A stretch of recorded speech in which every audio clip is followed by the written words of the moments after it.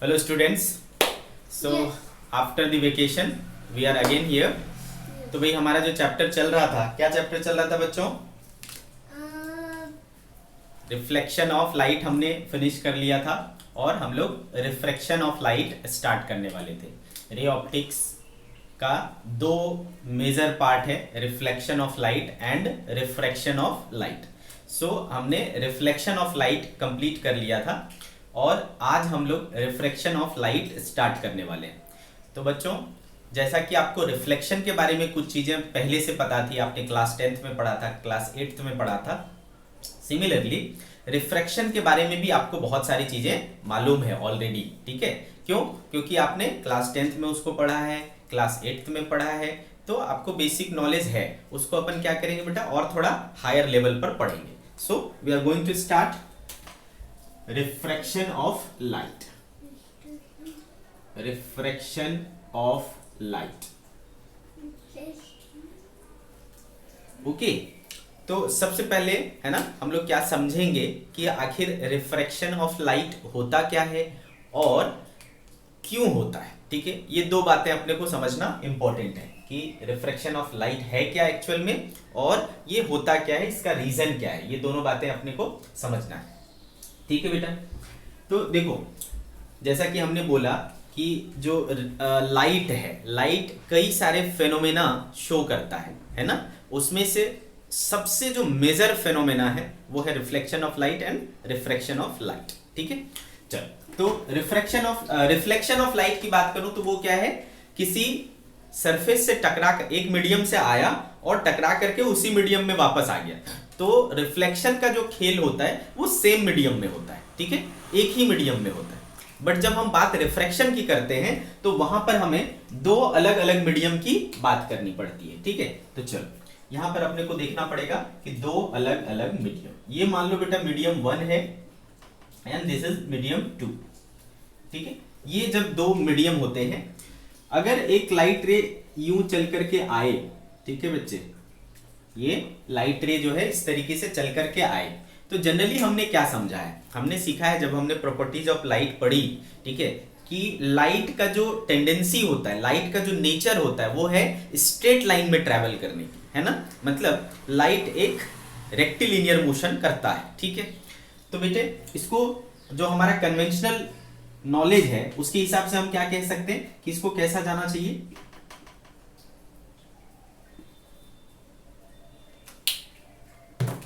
इसको कैसा जाना चाहिए बच्चे, इस तरीके से जाना चाहिए। आ रही बात समझ में आपको, है ना। कन्वेंशनली इसको इस तरीके से जाना चाहिए।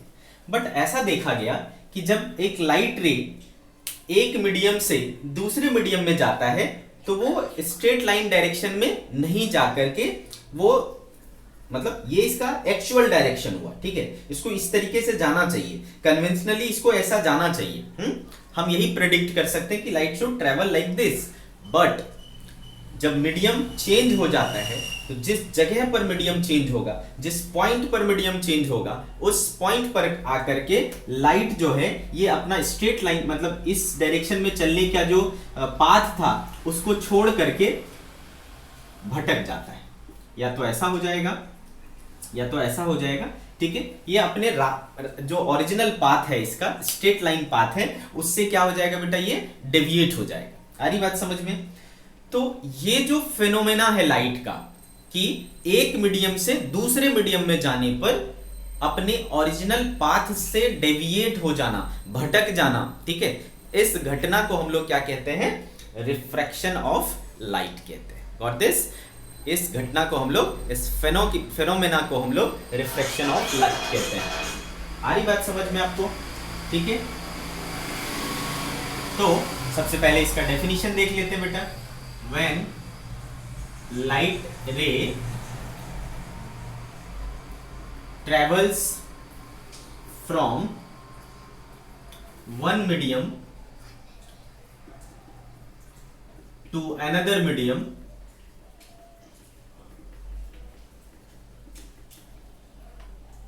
then at the interface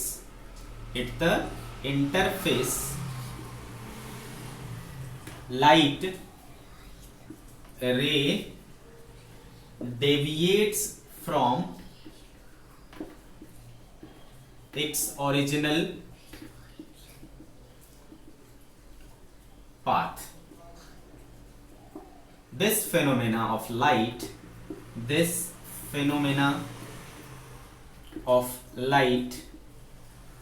is called refraction of light. It's called refraction of light. आ रही बात समझ में आपको? इस फेनोमेना को हम लोग क्या कहते हैं? रिफ्रैक्शन ऑफ लाइट कहते हैं. ओके, ठीक है बच्चों. चलो, तो हमें समझ में आ गया कि आखिर रिफ्रैक्शन ऑफ लाइट होता क्या है. ओके, ठीक है. अब सवाल ये उठता है बच्चों कि हमको ये कैसे समझ में आएगा कि ये मीडियम अलग है और ये मीडियम अलग है. ठीक है, क्योंकि अगर इस तरीके का मीडियम हो कि एक सॉलिड है, एक लिक्विड है, एक गैस है, तो इसमें आइडेंटिफाई करना काफी आसान है. लेकिन लिक्विड में भी कई सारे लिक्विड होते हैं, सॉलिड में भी कई सारे सॉलिड होते हैं, गैस में भी कई सारे गैस होते हैं. ठीक है, तो अगर गैस गैस के बीच में कंपेयर करना हो तो हम कैसे डिसाइड करेंगे मीडियम चेंज हुआ कि नहीं हुआ. लिक्विड लिक्विड में डिफरेंशिएट करना हो तो हम कैसे डिफरेंशिएट करेंगे. आ रही बात समझ में? ठीक है, तो ये इंपॉर्टेंट है कि हमको मीडियम पहचानना पड़ेगा कि हाँ मीडियम में कहां पर चेंज हो रहा है. ठीक है, मीडियम में चेंज होगा तब हमें समझ में आएगा. ठीक है, एक बात. और दूसरी चीज है ना, तो एक तो इंपॉर्टेंट बात हो गया कि हमको मीडियम में डिफरेंस समझ में आना चाहिए. और दूसरी चीज कि आखिर ऐसा हुआ क्यों, एक मीडियम से जब दूसरे मीडियम में गया तो ऐसा क्या हुआ जिससे कि लाइट रे ने अपना पाथ डेविएट कर लिया, अपने पाथ से वो भटक गया. तो इसके लिए अपने को समझना पड़ेगा बेटा reason of refraction. Reason of refraction, what this. ठीक, अब समझो क्या होता है बच्चे कि जब लाइट रे एक मीडियम से दूसरे मीडियम में जाता है. ठीक है, जब लाइट रे एक मीडियम से दूसरे मीडियम में जाता है तो उसकी स्पीड ऑफ लाइट क्या हो जाता है? चेंज हो जाता है. जैसा आपने सीखा है ना, क्या सीखा है बेटा? C इक्वल टू क्या होता है? 1/√μ0 होता है. ये हो गया बेटा वैक्यूम में. हाँ, और अगर अपन किसी और मीडियम में बात करते हैं तो क्या हो जाता है फॉर्मूला? 1/μ0 तो बेटे μ0 तो क्या रहता है? कांस्टेंट रहता है. μ0 एंड एप्सिलॉन क्या रहता है? कांस्टेंट रहता है. इसको अपन क्या बोलते हैं? C. 1/√μ0 C है. तो नीचे क्या बच गया बेटा? μr. ठीक है, V इक्वल टू. आ रही बात समझ में आपको? तो आपको क्या पता है बेटा? फॉर एयर और वैक्यूम है ना, ये भी 1 होता है और ये भी 1 होता है. ठीक है, तो ऐसे सिचुएशन में V इक्वल टू क्या हो जाएगा? C. दैट मीन्स कि एयर में या वैक्यूम में स्पीड ऑफ लाइट क्या होता है? C के बराबर होता है, जो कि मैक्सिमम है ना, 3 × 10⁸ मीटर पर सेकेंड. बट अगर हम किसी और मीडियम में जाएंगे बेटा, है ना, किसी और मीडियम में जाएंगे तो इसकी वैल्यू कुछ और होगी, इसकी वैल्यू कुछ और होगी, है ना. हर एक मीडियम के लिए ये क्या हो जाएगा? चेंज हो जाएगा. हर एक मीडियम के लिए जब ये चेंज हो जाएगा तो ये भी क्या हो जाएगा? चेंज हो जाएगा. दैट मीन्स कि स्पीड ऑफ लाइट जो है वो मीडियम टू मीडियम डिफर करता है. और यही सबसे बड़ा रीजन है लाइट के डेविएट होने का. ठीक है, तो आप बोलोगे कि सर इसमें तो कुछ मजा नहीं आया, क्योंकि अगर हम एक रोड पर, एक स्ट्रेट रोड पर जा रहे हैं तो हम धीरे भी चल सकते हैं, हम तेज भी चल सकते हैं. इसमें क्या बड़ी बात है ना.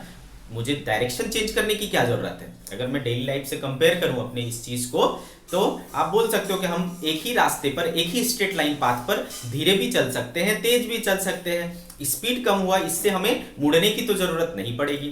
तो बेटे इस चीज का आंसर आपको आगे का एक चैप्टर पढ़ेंगे हम लोग. चैप्टर का नाम है वेव ऑप्टिक्स. ठीक है, तो वहां आपको दिखाया जाएगा डायग्रामेटिकली, ठीक है, ज्योमेट्रिकली ये चीज दिखाया जाएगा कि how speed affects the path of light. ठीक है, स्पीड का जो वेरिएशन है, स्पीड में जो चेंज है, वो पाथ ऑफ लाइट को कैसे अफेक्ट कर देता है, वो वहां पर सीखेंगे हम लोग. ठीक है, हाइजेंस प्रिंसिपल के through.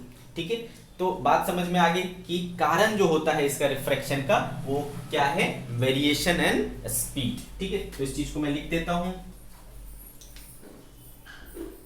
Main cause of refraction is variation in speed of light. Main cause of refraction is variation in speed of light in different medium. ठीक है बच्चे, तो ये हो गया इसका रीजन.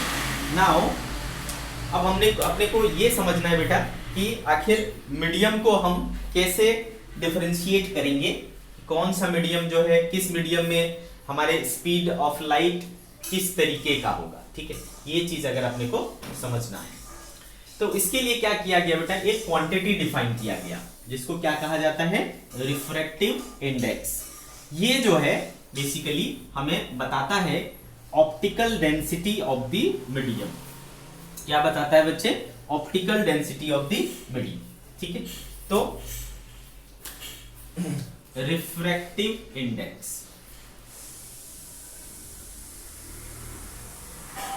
इसको अपन शॉर्टकट में RI बोला करेंगे, रिफ्रैक्टिव इंडेक्स. ठीक है बेटे, तो मैं क्या बोल रहा हूं कि ये एक ऐसी फिजिकल क्वांटिटी है.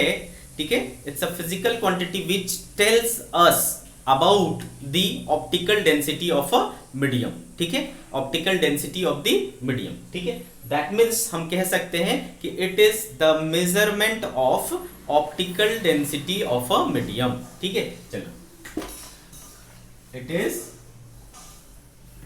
The measurement of optical density. Okay, ठीक है भाई.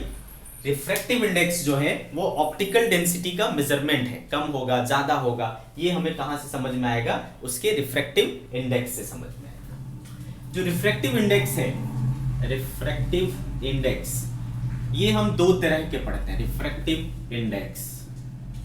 ओके, कौन कौन से, एक पढ़ते हैं हम लोग बेटा एब्सोल्यूट RI, और एक पढ़ेंगे हम लोग रिलेटिव RI. ठीक है बच्चे, absolute RI and relative RI. Okay, ये दो टाइप के होते हैं. ठीक है, तो चल बात करते हैं एब्सोल्यूट RI और रिलेटिव RI का. देखो, जैसा कि हम लोग क्लास 11th में पढ़ा करते थे, वहां पर मैंने आपको समझाया था कि आप एक्चुअल में एब्सोल्यूट का मीनिंग क्या होता है और रिलेटिव का मीनिंग क्या होता है. जैसे कि मैं अगर बोलूं बेटा कि आपकी एक पर्टिकुलर बच्चे की हाइट पूछूं, तो वो बोलेगा कि सर मेरी हाइट 5 फुट 6 इंच है या 150 सेंटीमीटर है, ऐसा बोला. अगर हमने आपसे पूछा कि आपकी हाइट कितनी है और आपने रिप्लाई किया 150 centimetre, so your absolute height is 150 centimeter. It is not going to change. Either हम लोग कोई किसी भी स्केल को यूज करें, कुछ भी यूज करें, your height is 150 centimeter. That will not change at that particular. अलग अलग टाइम पे चेंज हो सकता है, अलग बात है, but at that particular time it will not change. ठीक है, आ रही बात समझ में. तो अगर आपकी हाइट 150 सेंटीमीटर है तो राम देखेगा तो भी आपकी हाइट 150 सेंटीमीटर होगा, श्याम देखेगा तो भी आपकी हाइट 150 सेंटीमीटर ही रहेगा, कोई भी देखे आपकी हाइट क्या रहेगी, सेम ही रहेगी. बट अब मैं अगर ये बोलूं कि आप, ठीक है, आप अपने एक फ्रेंड से 10 सेंटीमीटर लंबे हो, आ रही बात समझ में. अगर मैं ये कंपेयर करता हूं कि आपकी हाइट एक आपके फ्रेंड से 10 सेंटीमीटर ज्यादा है, तो ये क्या हुआ बेटा, रिलेटिव चीज हुआ. It will not always be 10 centimetre from all the students या ऑल द फ्रेंड्स. सभी से आप 10 सेंटीमीटर तो बड़े नहीं हो, किसी से आप 10 सेंटीमीटर बड़े हो सकते हो, किसी से आप 10 सेंटीमीटर छोटे हो सकते हो, किसी के आप बराबर हो सकते हो. तो ये डिफर कर सकता है. ठीक है, तो ये डिपेंड करता है कि आप किसके रिलेटिव में अपने आप को कंपेयर कर रहे हो. तो यहां पर आ जाता है क्या, रिलेटिव टर्म. तो एब्सोल्यूट मींस जो सिर्फ आपका है, और रिलेटिव मतलब किसी के कंपैरिजन में है.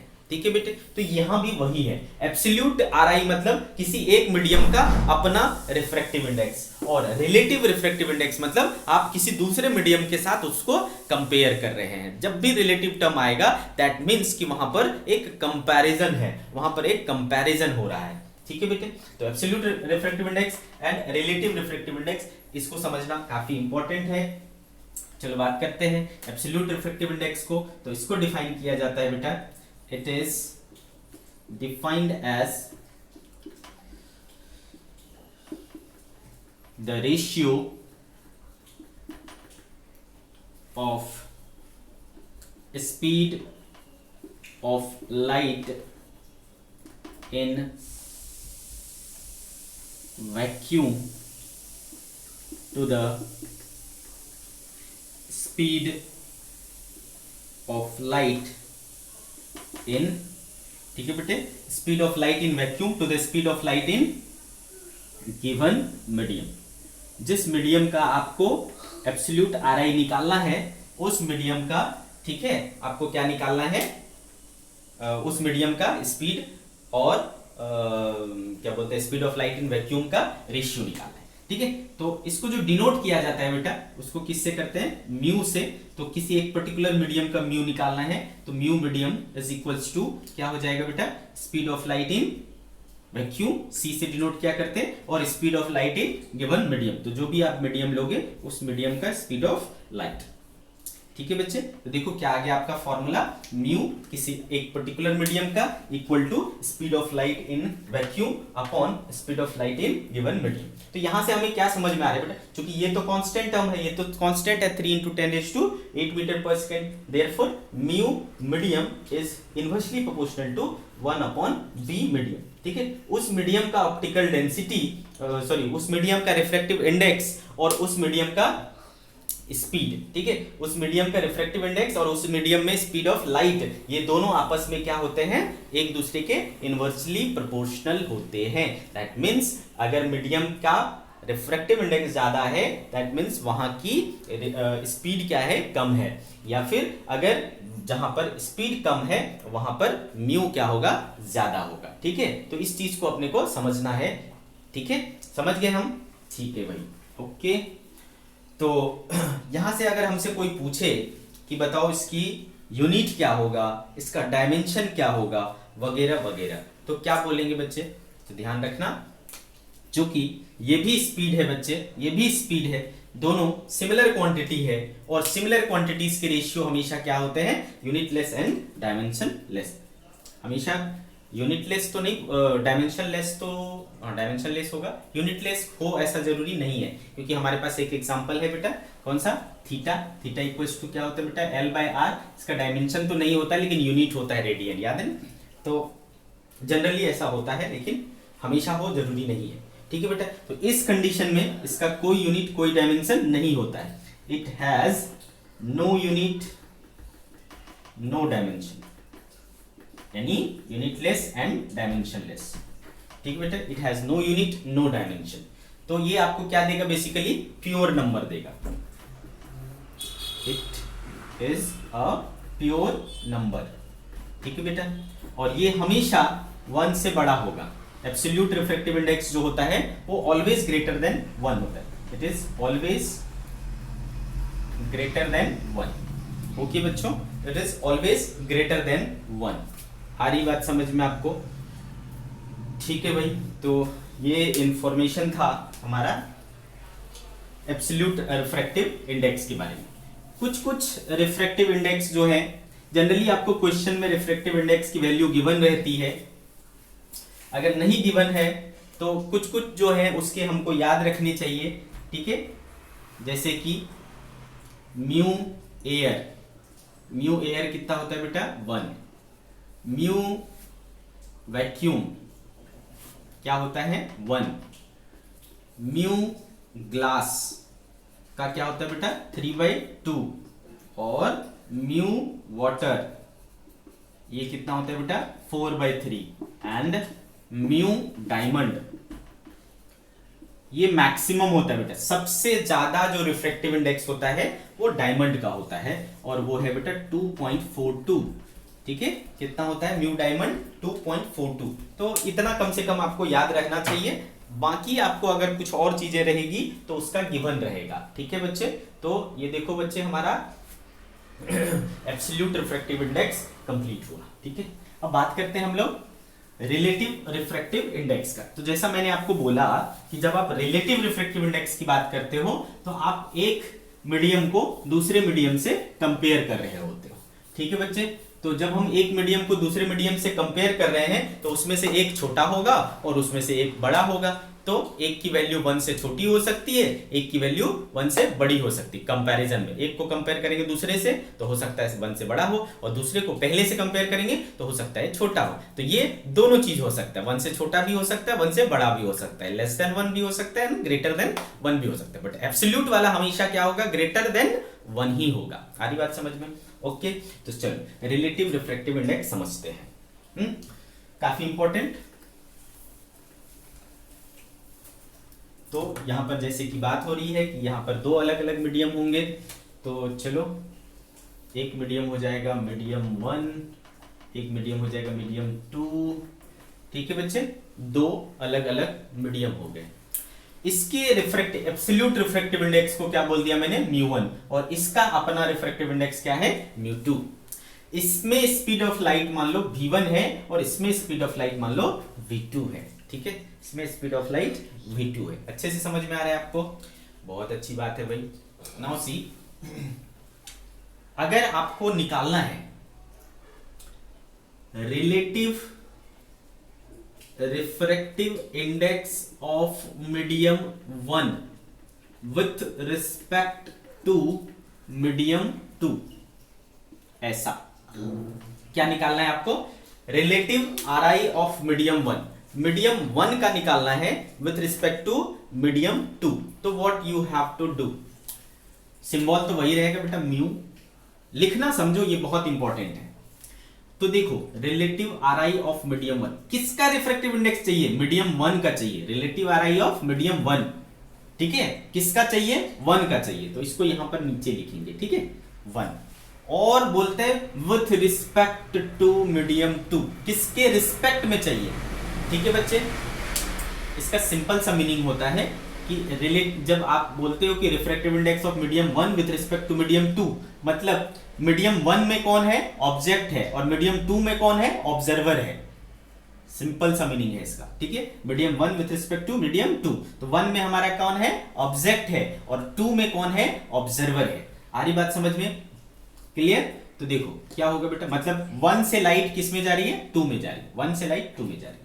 तो relative RI of medium 1 with respect to medium 2, तो जिसका रिफ्रैक्टिव इंडेक्स निकाल रहे हो वो नीचे, और जिसको रिस्पेक्ट लिए हो, अब भाई जिसको हम रिस्पेक्ट देते हैं तो क्या करते हैं, उसको ऊपर बैठाते हैं, ऊंची कुर्सी देते हैं। जैसे देखो है ना, कोई राजा होता है, राजा का रिस्पेक्ट सबसे ज्यादा होता है, तो उसको कहां बैठाते हैं, उसका सिंहासन कहां होता है, ऊपर होता है सबसे। तो जिसको रिस्पेक्ट दिए हो, किसको रिस्पेक्ट दिए हो, मीडियम 2 को, तो उसको कहां बिठाओ बेटा, ऊपर बिठा दो। ठीक है, तो ये हो गया इसका, इस चीज को सिंबॉलिक फॉर्म में मैंने ऐसा लिखा, refractive index of medium 1 with respect to medium 2, this is 1 with respect to 2। आ रही बात समझ? इसी तरीके से अगर मैं बोलूं कि relative RI of glass with respect to water, ऐसा बोलता हूं, तो इसको सिंबॉलिकली कैसे लिखोगे बेटा, तो किसका चाहिए RI, ग्लास का, तो ग्लास कहां आएगा, नीचे, और किसके रिस्पेक्ट में, वाटर, तो वाटर कहां आएगा, ऊपर। ठीक है, तो ये तो हमने क्या किया भाई, सिंबल के फॉर्म में लिख दिया। अब इसको मैं फाइंड आउट कैसे करूंगा, हाउ टू फाइंड। ठीक है बेटे, अब देखो जिसको इज्जत देना था हमने दे लिया, है ना, जिसको इज्जत देना था हमने उसको इज्जत दे लिया। अब क्या होता है बच्चे कि जनरली ह्यूमन टेंडेंसी है कि एक बार हमको काम निकल, हम इज्जत किसी को तभी तक देते हैं, है ना, हम लोग अपन इज्जत तभी तक देते हैं जब तक हमें उनसे काम होती है। जब काम हो जाता है उसको मारो लात, उसको गिरा दो नीचे और खुद चढ़ के बैठ जाओ, यही है ह्यूमन टेंडेंसी। तो सिमिलर ऐसा ही यहाँ पे भी होता है। ठीक है बेटा, अब 1 को क्या करो, ऊपर ले जाओ, μ1 अपॉन 2 वाले को कहां ले आओ, नीचे। This is the definition of mu one with respect to two. Two इसको कैसे डिफाइन कर सकते हैं बेटा? Refractive index of medium one with respect to two is equal to the ratio of refractive index of medium one to the refractive index of medium two. इस तरीके से हम लोग इसको डिफाइन कर सकते हैं। Got this? ठीक है, तो चलो इसको डिफाइन करते हैं बेटा। रिलेटिव आरआई को क्या बोलेंगे बच्चे? It is sorry relative RI of medium 1 with respect to medium 2 is defined as the ratio of RI of medium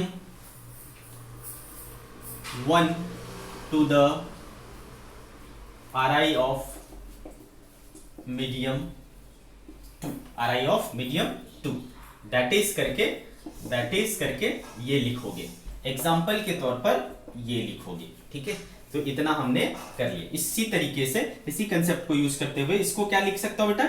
mu glass ऊपर चला जाएगा और म्यू वाटर नीचे आ जाएगा। ठीक है बेटे, तो आपको ये गिवन रहेगा, है ना, ग्लास और वाटर का गिवन रहेगा। तो glass with respect to water निकालना हो, water with respect to glass निकालना हो, कुछ भी निकालना हो अपन क्या कर सकते हैं? निकाल सकते हैं, फाइंड कर सकते हैं। Understood? So this is relative RI of medium 1 with respect to medium 2। इसके ऊपर थोड़ा सा मैं एग्जांपल देता हूं ताकि आपको समझ में आ जाए। चलो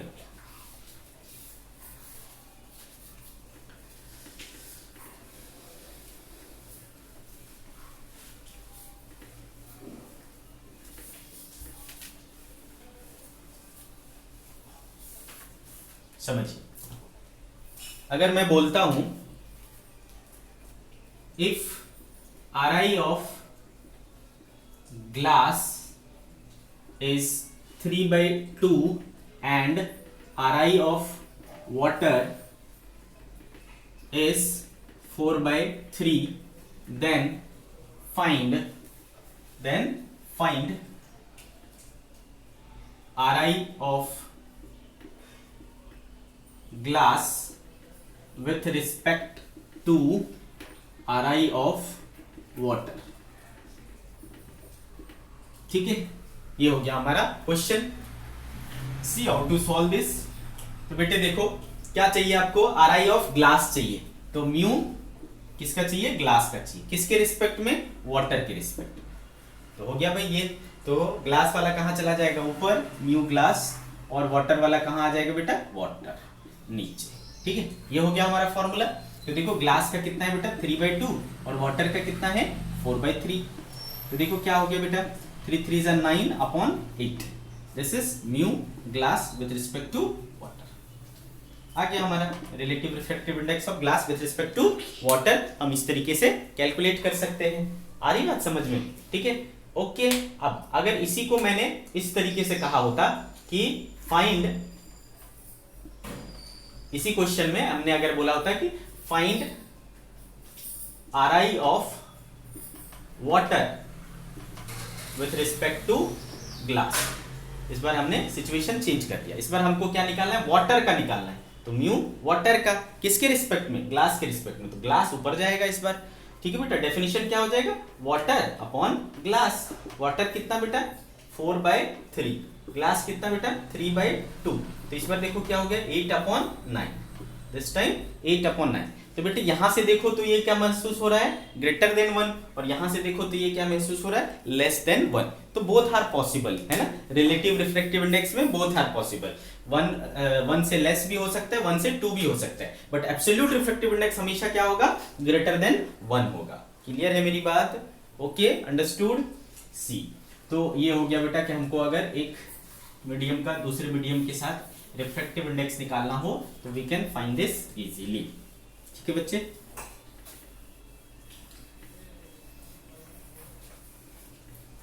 अब सवाल उठता है कि जब लाइट एक मीडियम से दूसरे मीडियम में जाता है ना बेटे, जब एक मीडियम से दूसरे मीडियम में जाता है तो क्या क्या चीजें चेंज हो जाती है?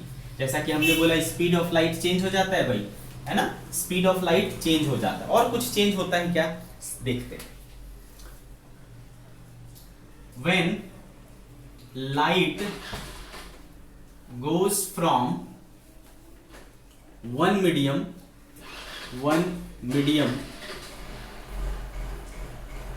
to one medium into another medium.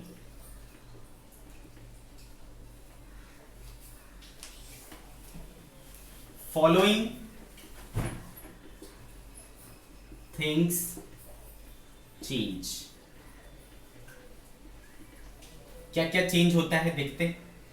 पहले तो स्पीड चेंज हो जाएगा बच्चे, स्पीड चेंजेस। दूसरी चीज वेवलेंथ चेंज हो जाता है। क्या चेंज हो जाता है? Wavelength changes. स्पीड चेंज हो जाता है, वेवलेंथ चेंज हो जाता है। आ रही बात समझ में? क्लियर है मेरी बात? स्पीड चेंज हो जाता है, वेवलेंथ चेंज हो जाता है। ओके, और क्या चेंज होगा भाई? स्पीड चेंज हो गया, वेवलेंथ चेंज हो गया। बस ये दो चीजें क्या होती है? चेंज हो जाती है। क्लियर? और रिफ्रैक्टिव इंडेक्स चेंज हो जाएगा, वो तो खैर अंडरस्टूड है, लिखने की जरूरत नहीं। दो चीजें आप मोटा मोटा तौर पर बोल सकते हो, ये चेंज हो जाता है। और क्या चेंज नहीं होता है, अगर ये जानना हो तो, and following things does not change. क्या बेटा? एक है उसकी फ्रीक्वेंसी चेंज नहीं होता, ध्यान रखना। और दूसरी बात है उसका कलर। फ्रीक्वेंसी और कलर ये चेंज नहीं होता, ये भी कई बार पूछा जाता है बेटा। ठीक है, फ्रीक्वेंसी एंड कलर चेंज नहीं होता है और स्पीड और वेवलेंथ चेंज होता है। ठीक है बच्चे, तो ये बातें अपने को ध्यान में रखनी है। स्पीड चेंज होता है, वेवलेंथ चेंज होता है, frequency and colour does not change. क्यों नहीं चेंज होता?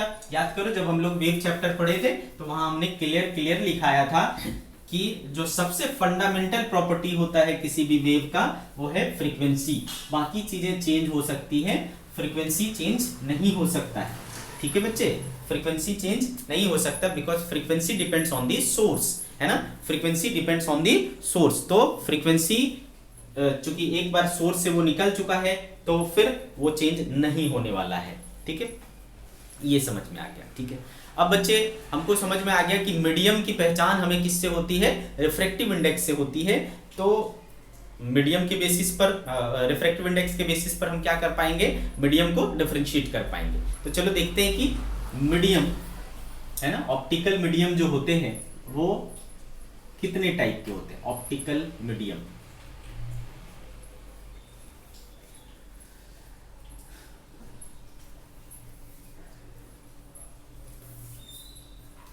मीडियम, तो एक होता है बेटा डेंसर मीडियम एंड एक होता है रेयर मीडियम। ये दो कैटेगरी में हमने इसको बांटा है, rare medium and denser medium, ये दो होते हैं। What is denser medium and what is rare medium? इसको पहचानने के दो तरीके हैं। ठीक है, मीडियम रेयर होगा या डेंसर होगा, इसको पहचानने के दो तरीके हैं। एक, या तो उसका ऑप्टिकल डेंसिटी ज्यादा हो, और ऑप्टिकल डेंसिटी का पहचान किससे होता है बेटा? रिफ्रैक्टिव इंडेक्स से, यानी उसका रिफ्रैक्टिव इंडेक्स ज्यादा हो। ऑप्टिकल डेंसिटी या रिफ्रैक्टिव इंडेक्स अगर किसी मीडियम का ज्यादा है तो वो क्या होगा? डेंसर मीडियम होगा। और अगेन मैं आपको बता दूं कि रेयर मीडियम, डेंसर मीडियम, ये क्या है? कंपैरिजन है। बड़ा छोटा क्या होता है भाई? कंपैरिजन ही तो होता है। कोई एक बंदा किसी से बड़ा हो सकता है तो किसी से छोटा भी हो सकता है, किसी के बराबर भी हो सकता है, तो ये रिलेटिव टर्म है। ठीक है, तो डेंसर होगा या रेयर होगा, ये कंपैरिजन जब हम कर रहे हैं तो उसमें अगर हम कंपैरेटिवली देख पा रहे हैं कि एक की ऑप्टिकल डेंसिटी ज्यादा है, यानी उसका रिफ्रैक्टिव इंडेक्स एक के कंपैरिजन में ज्यादा है, तो दैट मींस कि वो क्या हो गया? डेंसर मीडियम होगा उसके कंपैरिजन में, है ना, उसके कंपैरिजन में। तो सी, डेंसर मीडियम क्या हो गया? A medium whose optical density, optical density और, ठीक है, ऑप्टिकल डेंसिटी और क्या बोलते हैं, refractive index is higher than, it is called denser medium, it is called denser medium. तो समझ तो आ गया होगा बेटा क्या कहना चाह रहा हूं मैं, है ना। इसको कहते हैं ऑप्टिक डेंसर मीडियम। या फिर दूसरा तरीका क्या होता है बेटा, जैसा कि हमने देखा था म्यू और वी में क्या रिलेशन था बेटा, इनवर्स रिलेशन था। तो इसमें म्यू क्या है, ज्यादा है, म्यू ज्यादा है बेटा, तो वी क्या होना पड़ेगा, कम। तो या फिर हम कह सकते हैं कि जहां पर स्पीड ऑफ लाइट क्या हो जाता है, कम हो जाता है, ठीक है। In denser medium speed of light is lesser, वहां पर स्पीड ऑफ लाइट क्या होता है, कम होता है। तो डेंसर मीडियम पहचानने के 3 तरीके, या तो उसकी ऑप्टिकल डेंसिटी ज्यादा हो, या तो उसका रिफ्रैक्टिव इंडेक्स ज्यादा हो, या फिर स्पीड ऑफ लाइट वहां पे कम हो, ठीक है। सिमिलरली बेटा रेयरर मीडियम के बारे में क्या कह सकते हैं, रेयरर मीडियम के बारे में क्या कह सकते हैं कि इसका जो ऑप्टिकल डेंसिटी होता है वो कम होता है, यानी उसका आरआई यानी रिफ्रैक्टिव इंडेक्स क्या होता है, लो होता है, ठीक है। ए मीडियम whose RI और optical density is less is called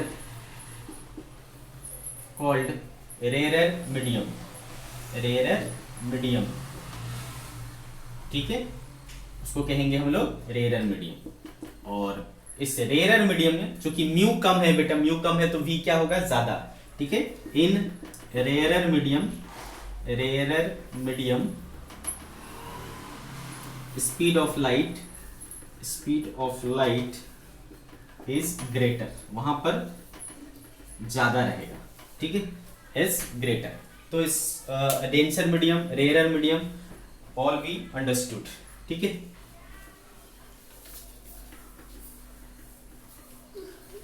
अब भाई हमको ये चीज समझ में आ गया कि मीडियम अलग अलग होंगे, मतलब क्या हुआ उसका, है ना, उसका ऑप्टिकल डेंसिटी का अलग अलग होना, रिफ्रैक्टिव इंडेक्स का अलग अलग होना, स्पीड ऑफ लाइट का अलग अलग होना। तो हमने मीडियम में डिफरेंस करना सीख लिया, ठीक है। फिर हमने आगे बढ़ा तो क्या सीखा कि अब एक मीडियम से दूसरे मीडियम में जब लाइट जाएगी तो वो अपने ओरिजिनल पाथ को क्या कर देगा, छोड़ देगा, डेविएट कर जाएगा, ठीक है। और इस घटना को हम लोग क्या कहेंगे, रिफ्रैक्शन ऑफ लाइट कहेंगे, ओके।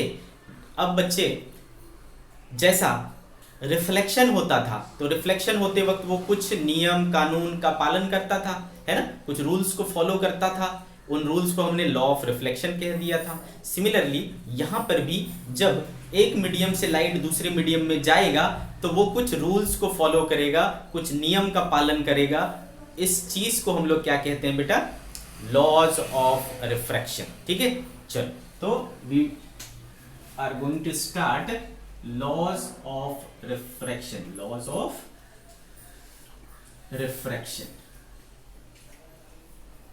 ठीक है बेटे। अब लॉज ऑफ रिफ्रैक्शन समझने से पहले हमें कुछ टर्म्स समझने पड़ेंगे जो आपको ऑलरेडी आते हैं, ऐसा मुझे पूरा उम्मीद है, ठीक है बेटा। तो ये हो गया इधर मीडियम 1 और ये है medium 2, okay, this is medium 2। तो जब एक लाइट रे इधर से ऐसा पड़ता है, ठीक है बेटे, इसको नाम ले लेता हूं मैं A और ये पॉइंट का नाम ले लेता हूं मैं O। तो जो ये लाइट आई बेटा इसको कहते हैं incident ray, this is incident ray, ठीक है, दिस इज इंसिडेंट रे। और जिस पॉइंट पर गिरता है बेटा उसको कहते हैं point of incidence. So this point O क्या है बच्चे, point of incidence, point of incidence, ठीक है, इसको क्या कह देते हैं, पॉइंट ऑफ इंसिडेंस। और इस पॉइंट पर सरफेस के परपेंडिकुलर अगर हमने एक लाइन खींचा, इसको कहते हैं बेटा नॉर्मल, इसको नाम दे देता हूं N। तो ये हो गया बेटा नॉर्मल, ठीक है। आ रही बात समझ में? अब इसको क्या होना चाहिए बच्चे, इसको सीधा जाना चाहिए, है ना। हमको तो यही पता है कि इसको क्या होना चाहिए, सीधा जाना चाहिए, लेकिन ये क्या करता है, अपने ओरिजिनल पाथ से भटक गया, मान लो ऐसा चला गया, ठीक है, इस तरीके से। तो ये पॉइंट बी मान लो, तो ये वाली जो लाइन है इसको कहते हैं बेटा, ये वाला जो रे है इसको क्या कहते हैं, रिफ्रैक्टेड रे, रिफ्रैक्टेड रे, ठीक है। अपनी ओरिजिनल पाथ को छोड़ने के बाद जो उसने पाथ अपनाया, ठीक है, उस पाथ को हमने क्या कहा, रिफ्रैक्टेड रे कहा। आ रही बात समझ में? उस पाथ को हमने क्या कहा, रिफ्रैक्टेड रे। समझ गए बच्चे इतनी बात हम लोग? अब देखो यहां पर इंसिडेंट रे और नॉर्मल के बीच में एक एंगल बन रहा है, इसको क्या कहेंगे बेटा, angle I, which is angle of incidence, angle of incidence. और रिफ्रैक्टेड रे नॉर्मल के साथ एक एंगल बनाता है, इसको कहते हैं एंगल ऑफ रिफ्रैक्शन, है ना, एंगल ऑफ रिफ्रैक्शन, ठीक है बेटे, इसको क्या कहते हैं, एंगल ऑफ रिफ्रैक्शन। और देखो बेटा इसको जाना कैसे, ये इंसिडेंट रे का डायरेक्शन है ना, ये इंसिडेंट रे का डायरेक्शन है और ये रिफ्लेक्टेड रे का डायरेक्शन है। यहां पर भी एक एंगल बना हुआ है, ठीक है, दिस एंगल इज डेल, यानी angle of deviation, angle of deviation, ठीक है बच्चे, this is angle of deviation. तो इतने सारे टर्म्स यहां पर क्या हो रहे हैं, यूज हो रहे हैं, ठीक है बच्चे, इतने सारे टर्म्स यहां पर यूज हो रहे हैं। चलिए एक एक करके बात करते हैं इसकी। ए ओ क्या हो गया बच्चे, इंसिडेंट रे हो गया, ए ओ इंसिडेंट रे, ठीक है, ए ओ इंसिडेंट रे। इंसिडेंट रे क्या हुआ बच्चे, है ना, आप खुद से लिख लेना, द रे which is incidented, the ray which is falling on the interface, the ray which is falling on the interface, चलो मैं लिख ही देता हूं, the ray which is falling on an interface, on an interface is called incident ray, incident ray, ठीक है बच्चे। फिर O B जो दिख रहा है वो क्या है, रिफ्रैक्टेड रे, रिफ्रैक्टेड रे क्या है, रिफ्रैक्टेड रे जो ओरिजिनल पाथ को छोड़ करके गया है, ठीक है, दी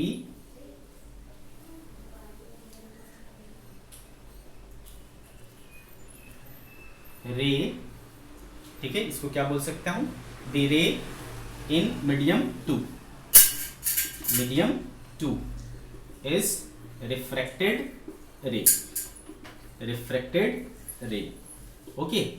फिर NO, NO क्या है बेटा, नॉर्मल। इसको कैसे डिफाइन करेंगे, perpendicular drawn at the point of interface, point of incidence, the perpendicular drawn at the point of, ठीक है, the perpendicular drawn at the point of incidence is called normal, ये हो गया आपका नॉर्मल। फिर उसके बाद क्या बचा बेटा, angle of incidence. What is angle of incidence, angle of incidence हो गया आपका इंसिडेंट रे और नॉर्मल के बीच का एंगल, ठीक है, angle of incidence, angle I, angle of incidence, ठीक है, angle between incident ray and normal, ठीक है, इसको कहते हैं angle of incidence. Similarly angle R को क्या बोलेंगे बेटा, angle of refraction, angle of refraction क्या होता है, ये angle between refracted ray and normal, okay, refracted ray और नॉर्मल के बीच का एंगल को क्या कहते हैं, एंगल ऑफ रिफ्रैक्शन। और लास्ट एंगल ऑफ डेविएशन, ठीक है, एंगल ऑफ डेविएशन, ठीक है बच्चे, angle of deviation. What is angle of deviation, the angle between incident ray and refracted रे is called angle of deviation, is called angle of deviation. ठीक है बच्चे, तो this is all the terms used here. ठीक है, सभी terms हमने discuss कर लिए बच्चे जो भी यहां पर यूज हो रहे हैं. अब बात करेंगे हम लोग लॉ ऑफ रिफ्रैक्शन की.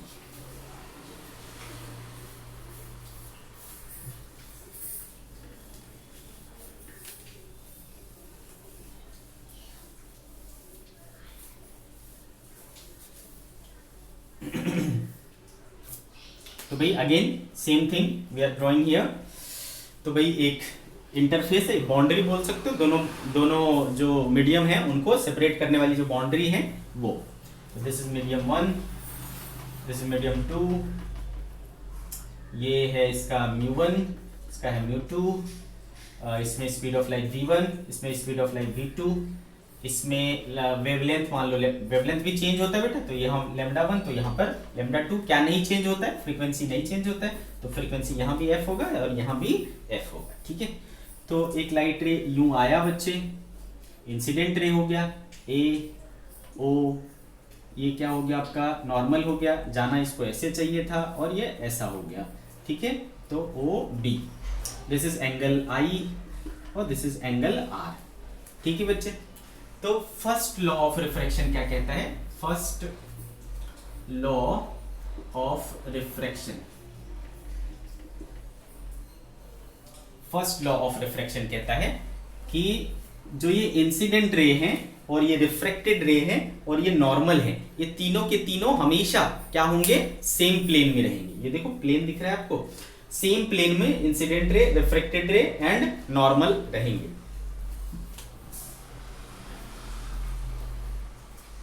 इंसिडेंट रे, रिफ्रैक्टेड रे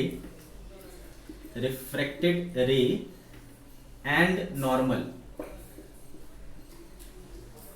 all are in the same plane. ये हो गया आपका फर्स्ट लॉ ऑफ रिफ्रैक्शन. और दूसरा सेकंड लॉ ऑफ रिफ्रैक्शन, इसको दूसरे नाम से भी जाना जाता है स्नेल्स लॉ. इसको और किस नाम से जानते हैं, स्नेल्स लॉ के नाम से जानते हैं. ठीक है बेटा, ये कहता है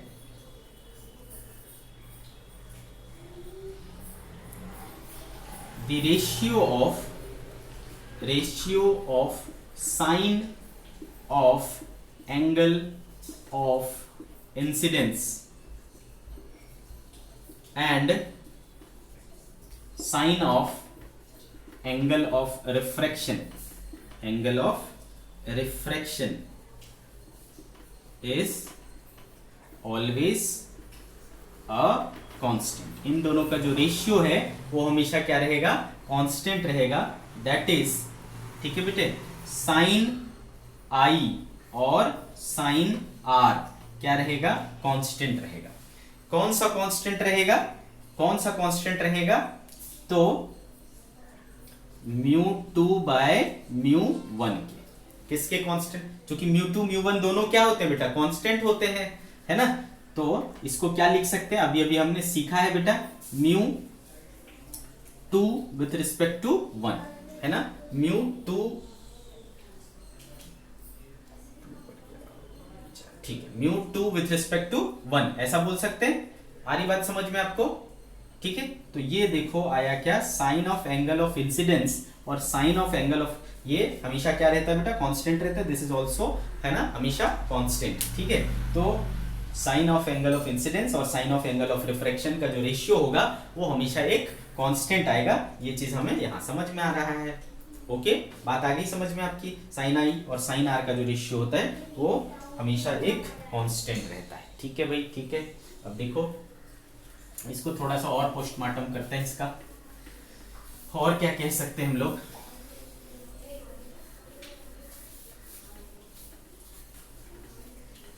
तो देखो बेटे क्या आया, साइन ऑफ आई और sine of R is equals to क्या आया बच्चे हमारे पास, μ2 अपॉन μ1.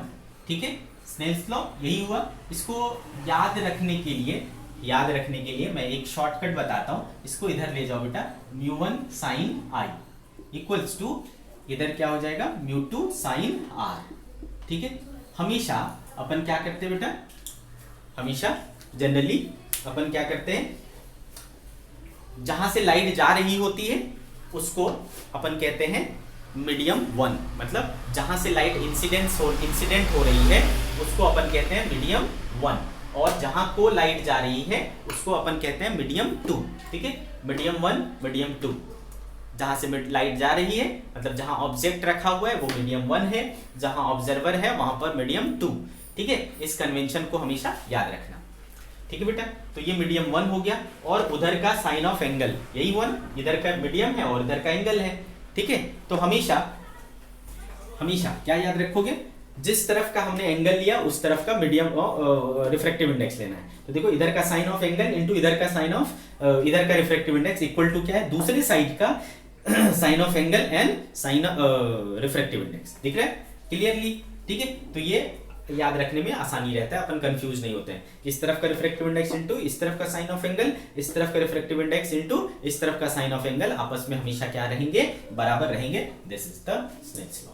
ठीक है, इस तरीके से याद रखोगे तो कंफ्यूज नहीं करोगे। ओके, ये समझ में आ गया बेटा। और देखते हैं और क्या कर सकते हैं। साइन ऑफ आई और sine of R equals to क्या हो गया बेटे, μ2 बाय μ1। अच्छा, अब इसको क्या लिख सकते हैं, देखो c by v2, mu equals to होता है c बाय v, तो μ1 को क्या लिख सकता हूं मैं, c bye v1, c cancel हो गया, देखो क्या है बेटा, v1 बाय v2।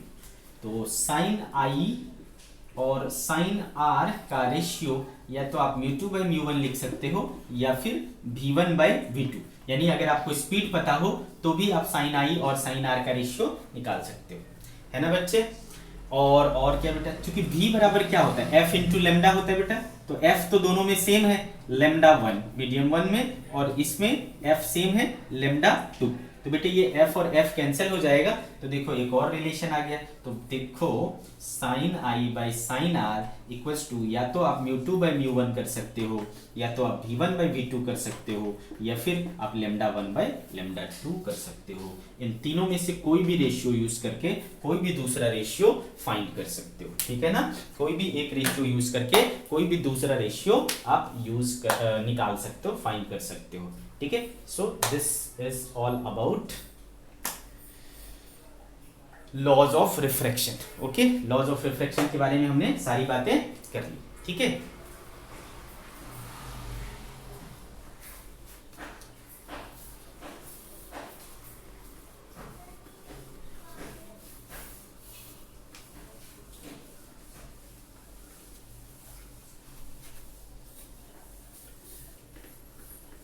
अब देखो, अब हमें यह समझना है बच्चे कि जब लाइट रेयर टू डेंसर जाएगा या डेंसर टू रेयर जाएगा तो क्या होगा। So refraction of light from rare to denser medium. ठीक है, रेयर मीडियम से डेंसर मीडियम में जाएगा तो लाइट का रिफ्रैक्शन किस तरीके से होगा। ठीक है, ये हो गया बेटा मीडियम वन, ये हो गया मीडियम टू। ओके, तो इसका रिफ्रैक्टिव इंडेक्स μ1 और इसका refractive index medium to. Two इसको हमने क्या माना है बेटा, रेयर, और इसको हमने क्या माना है, डेंसर। तो ऑब्वियसली रेयर मतलब क्या हो गया बेटा, μ1 छोटा है और μ2 क्या है, बड़ा है, तो μ2 इज ग्रेटर देन μ1। ठीक है, ऐसा हो गया। तो लाइट चलो इस तरीके से आया, ये हो गया हमारा नॉर्मल इस तरीके से, और ये हो गया हमारा angle I.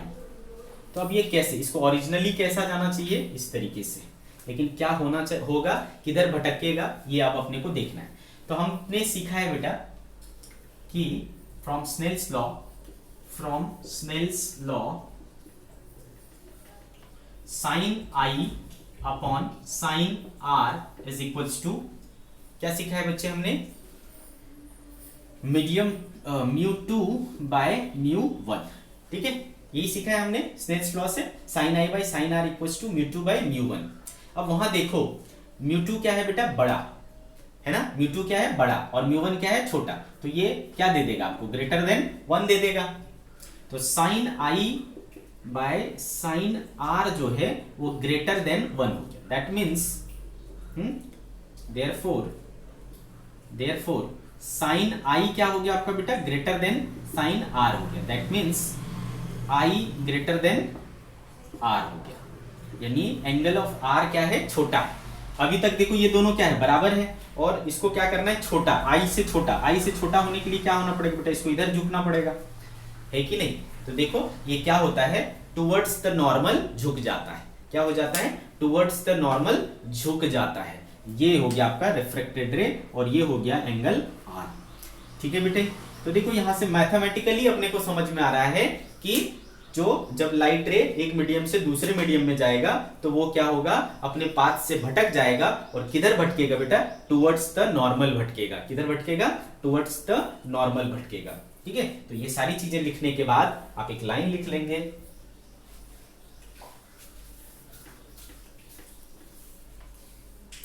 if light travels from rarer to denser medium,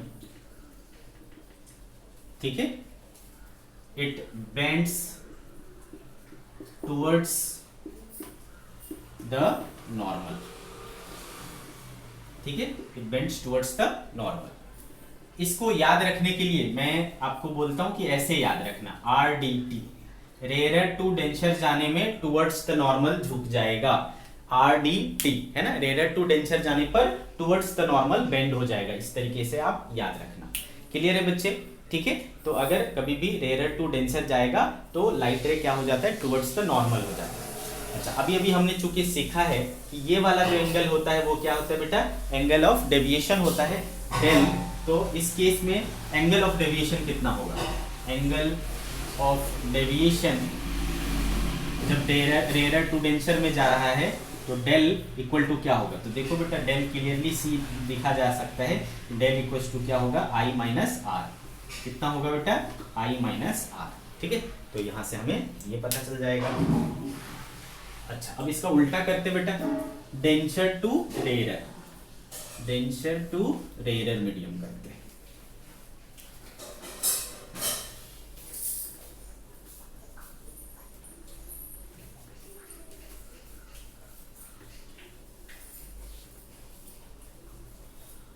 refraction of light from denser to rare medium, ठीक है। ऐसा करें तो क्या होगा, अगेन ये हो गया बेटा medium one, this is medium two, ये म्यू वन, ये म्यू टू, इस पर इसको हमने डेंसर लिया है, इसको हमने रेयर लिया है, तो क्या मतलब हुआ, mu one greater than mu two हो गया, है ना बच्चे, mu one greater than mu two हो गया। तो अगर मान लो लाइट इस तरीके से आया, ये नॉर्मल हो गया बेटा, इसको जाना इस तरीके से चाहिए, है ना, ये एंगल आई हो गया, ठीक है। देखते हैं एंगल आई तो क्या होगा, देखते हैं। तो चूंकि बेटा from Snell's law sine I by sine R is equal to mu two by mu one. तो इस बार देखो क्या है, म्यू टू छोटा है और म्यू वन बड़ा है, म्यू वन बड़ा है तो बेटा ये क्वांटिटी क्या हो जाएगी, लेस देन वन हो जाएगी। Therefore sine I by sine R is less than one, therefore sine I is less than sin r, therefore I is less than r। तो इस बार r देखो क्या हो गया, बड़ा। अभी तक देखो ये एंगल क्या है, बराबर है, इससे बड़ा करना है तो किधर जाना पड़ेगा, इस तरफ जाना पड़ेगा। This will be r which is greater than I, है ना, which is greater than I। आगे बात समझ में। तो क्या दिखा बेटा, इस बार आपको लाइट रे को किधर बेंड होना पड़ा, अवे फ्रॉम द नॉर्मल, है ना, away from the normal. That means कि जब भी light denser to rare medium में जाएगा तो अवे फ्रॉम दी नॉर्मल हो जाएगा। हमने मैथमेटिकली प्रूव करके भी देखा। कभी कभी थ्योरी एग्जाम्स में पूछा जाता है कि प्रूव दिस, तो इस तरीके से आप प्रूव करेंगे by the help of Snell's law. C. तो लिख लेंगे हम लोग कि when light ray enter from denser to rare medium,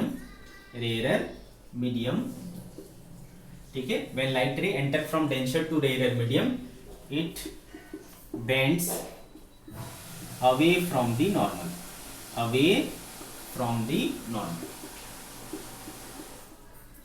okay बच्चे, ये अवे फ्रॉम दी नॉर्मल हो जाता है, ठीक है। क्यों हो जाता है वो भी हमने देख लिया। तो इसको याद रखने का तरीका बेटा ड्रा, तो ये दो वर्ड याद रखना, ड्रा और आरडीटी। डेंसर टू रेयर जाने पर अवे फ्रॉम दी नॉर्मल होगा, रेयर टू डेंसर जाने पर टुवर्ड्स दी नॉर्मल होगा। ये दो वर्ड आप याद रखना, ठीक है, समझ गए। इसमें एंगल ऑफ डेविएशन कितना होगा, इस केस में एंगल ऑफ डेविएशन,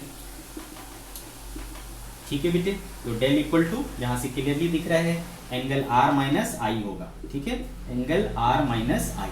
तो इस तरीके से आपको एंगल ऑफ डेविएशन भी पता चल जाएगा, किधर मुड़ेगा ये भी पता चल जाएगा, ठीक है बच्चे। तो जो भी बेसिक चीजें हैं आपके रिफ्रैक्शन के वो सारे हमने डिस्कस कर लिए बच्चे, ठीक है। अब इसका जो एप्लीकेशन है, इसके ऊपर बेस्ड जो न्यूमेरिकल्स हैं वो हम लोग कल के लेक्चर में करेंगे, ठीक है बच्चों।